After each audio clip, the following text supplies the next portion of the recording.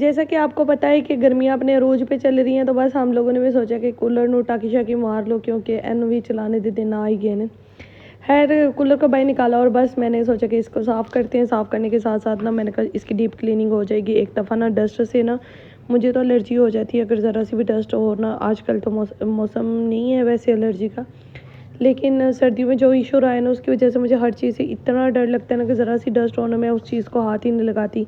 पहले तो ये होता था कि क्या उसे कहते हैं, कहीं कहीं दिन हम लोग मिट्टी में खेलते रहते थे, लेकिन आजकल पता नहीं क्या सेंसिटिव होगी ये स्किन ना, कि बड़ी जल्दी ना वो एलर्जी का शिकार हो जाती है। खैर इसी चीज़ को देखते हुए ना मैंने बस मुंह नाक को लपेटा और बस ना जल्दी से मैंने सोचा कि चलो इसको ना टाँकी शाकी मार लो। जैसे ही मेरे बच्चों ने देखा ना कि मामा हमारी कूलर धो रही है, तो वो भी हेल्प के लिए आ गए मेरे साथ।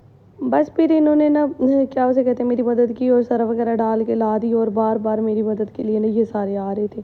मैंने भी सोचा कि क्यों ना बहती गंगा में हाथ धो लिया जाए और बस सारे कामों को ना निपटा दिया जाए।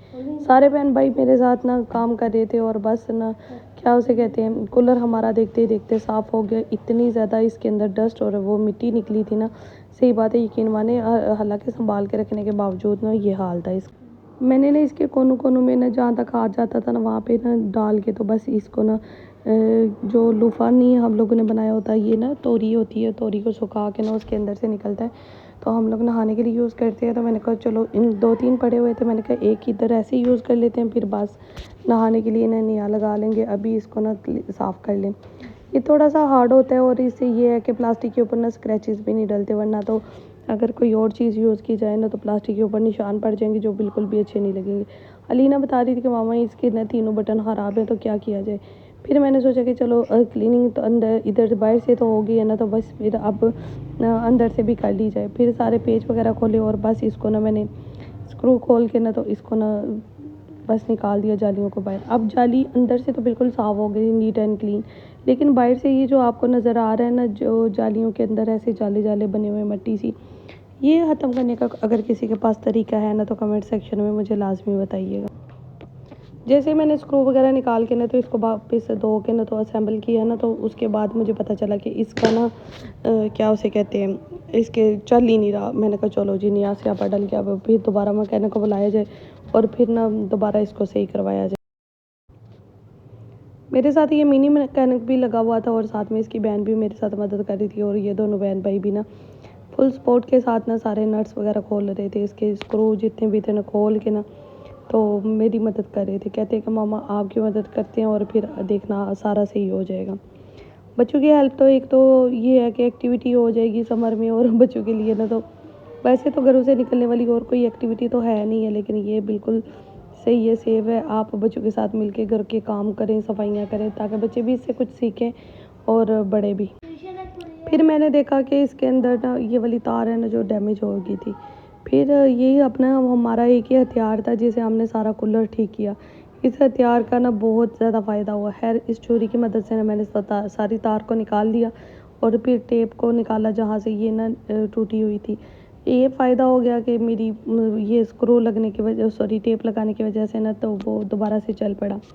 वरना अब्बू जी को मैंने कहा अब्बू जी कूलर की ना जो तार, सॉरी कूलर चल नहीं रहा, मैंने हर स्विच में इसको ना ट्राई करके देख लिए। तो आज ना जब दिन को अब्बू जी आए हैं ना, तो मुझे कह रहे थे कि क्या बना था, कूलर चल गया था या नहीं चला। मैंने कहा चल गया था, तो वो पूछ रहे थे कि कैसे चल गया। मैंने कहा वो ना मैंने कूलर की जो जाली है उसको खोल के उसके अंदर से ठीक कर लिया। तो वो बड़े खुश हो रहे थे कि बड़ी बात है, तुम ना खुद ही सही कर लिया, चलो अच्छा है, मैकेनिक का खर्चा बच गया।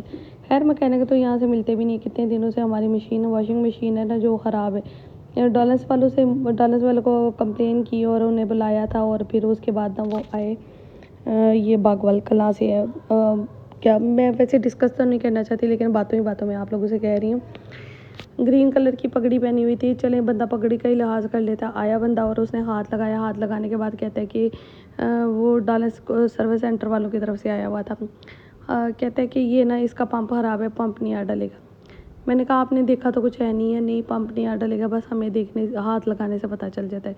अब ये मरीज़ थोड़ी था, मैंने कहा कुछ खोलें ताकि मुझे सेटिस्फेक्शन हो, ताकि मैं जो 1000 रुपया दे रही हूँ मुझे पता चले कि मैं किसी मतलब बंदा आया उसने थोड़ी सी एफर्ट की है, मेरी मशीन को हाथ लगाया है, बस उसका दरवाज़ा खोला और उसको बंद कर दिया। और फिर मैंने जब उसने खोला है ना, तो खोल के तो वो वाटर पंप है ना जो क्या उसे कहते हैं, जो वाटर ड्रेन नहीं कर रहा था, निकाल नहीं रहा था ना, तो उसको निकाल के, तो उसकी वार्शल जो निकाल के ना वो अपने हाथ में ही साथ में ले गया।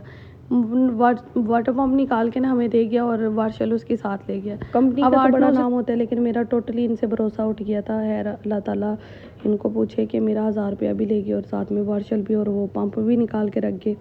ये बागवल में है, एक ही डॉलेंस वाले हैं, उनको वीडियो को रीपोस्ट करें ताकि उन तक पहुँचे।